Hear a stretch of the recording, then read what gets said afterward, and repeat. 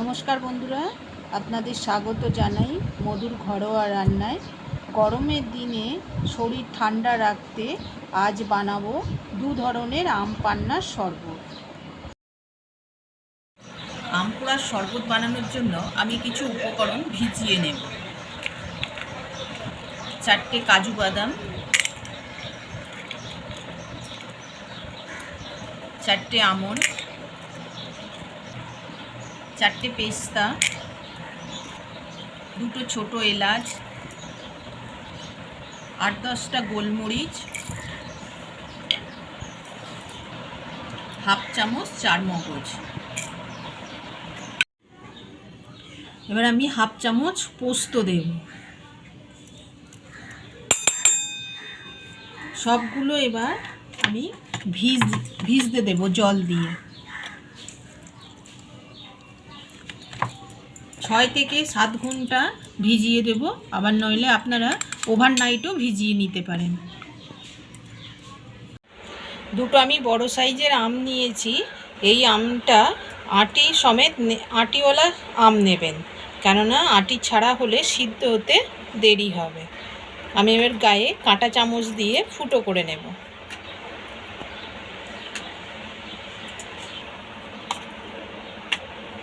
কাঁটা চামচ দিয়ে চারিদিকে ফুটো করে নেব।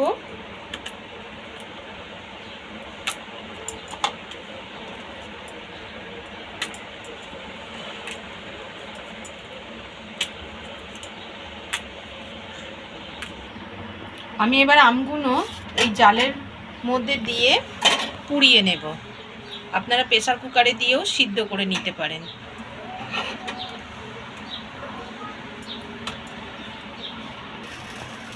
দেখুন বন্ধুরা, একদিকে হলুদ হয়ে গেছে, ঘুরিয়ে দিয়েছি।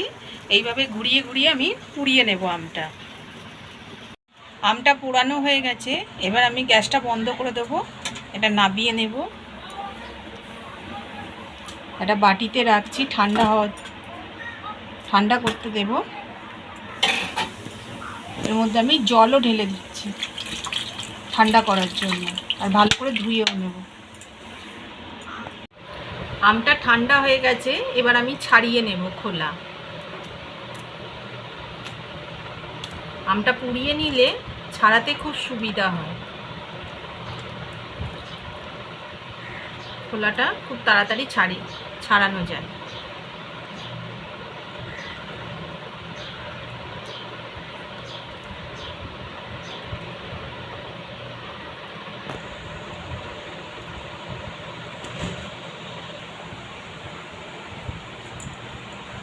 আমের খোসাটা আমি এইভাবে সবকটা ছাড়িয়ে নেব, আর খোসার গায়ে যে পালগুলো লেগে আছে ওগুলো চামচ দিয়ে বার করে নেব। পালটা এইভাবে আমি টিপে বার করে নেব।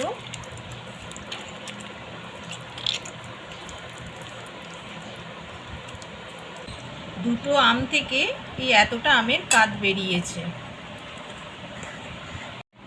6 ঘন্টা আগে যে মিশ্রণটা আমি ভিজিয়ে রেখেছিলাম জল দিয়ে, দেখুন নখ দিয়ে টিপলে এই যে ভেঙে যাচ্ছে, নখটা বসে যাচ্ছে, তার মানে এটা পুরো ভিজে গেছে। এবার আমি এটাকে পেস্ট করে নেব। মিক্সিং জারে নিয়ে নিয়েছি, এবার আমি এটা পেস্ট করে নেব।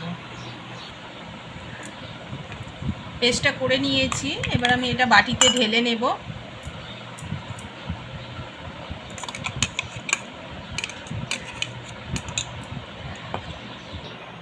এবার আমি ঠান্ডা দুধ নিয়েছি, আমি এইটা প্রথম 2 গ্লাস বানাবো। 1 গ্লাস আমি মিক্সিং জারে দিয়ে দিচ্ছি।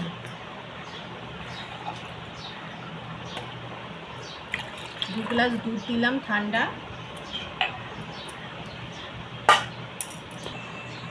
আর আমি যেটা পেস্ট করে নিলাম সব কিছু, 1 গ্লাসের জন্য 2 টেবিল চামচ এই পেস্টটা দিয়ে দেব। আমি 2 গ্লাস বানাচ্ছি, তাই 4 চামচ এটা দিচ্ছি।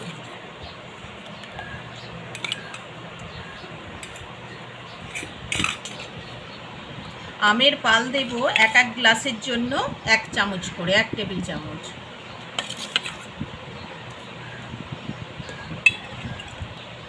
আমের পাল অনুযায়ী আপনারা বুঝে চিনিটা দেবেন। যদি খুব টক হয় তাহলে চিনির পরিমাণটা একটু বেশি দেবেন, আর যদি মিষ্টি হয় একটু কম দেবেন। তা আমি 2 চামচ করে চিনি দিচ্ছি 1 গ্লাসের জন্য। 2 গ্লাস করছি বলে 4 চামচ চিনি দিলাম। এটা দিয়ে এবার আমি ঘুরিয়ে নেব মিক্সিং জারে। এটা আমি ঘুরিয়ে নিয়েছি, এবার আমি গ্লাসে ঢালবো।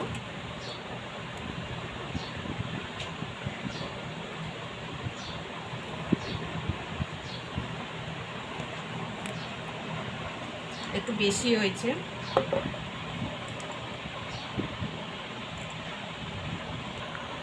ওপর দিয়ে ছড়িয়ে দেব বিট নুন।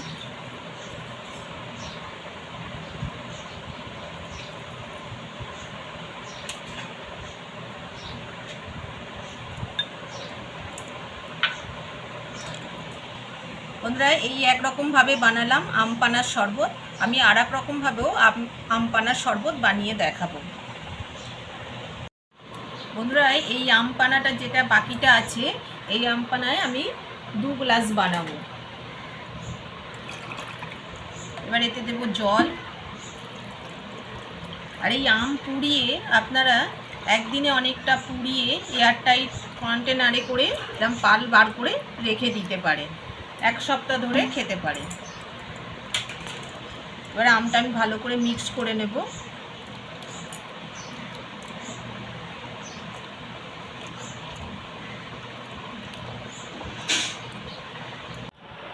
এবার আম পানাটা মিক্স করে নিয়েছি, এবার আমি গ্লাসে ছেঁকে নেব।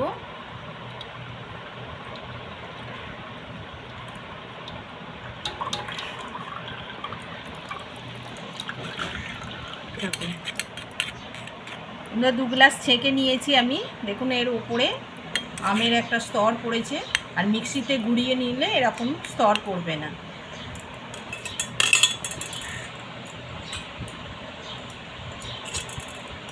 এর মধ্যে আমি 2 চামচ করে চিনি দেব।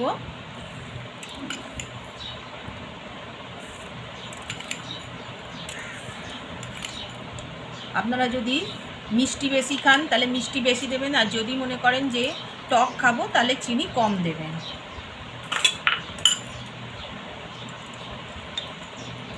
অল্প করে একটু বিট নুন দেব।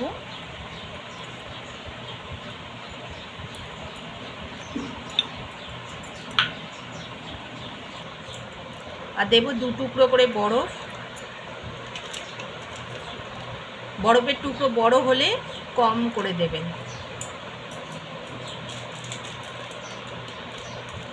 আর এর ওপর দিয়ে দেবো জলজিরা। জলজিরাটা দিলে খুব টেস্ট হয়। আর যদি পছন্দ করেন তাহলে দেবেন, আর যদি পছন্দ না করেন তাহলে দেবেন না। পাতিলেবুর রস দেবেন। দিয়ে একটু গুলিয়ে দেব।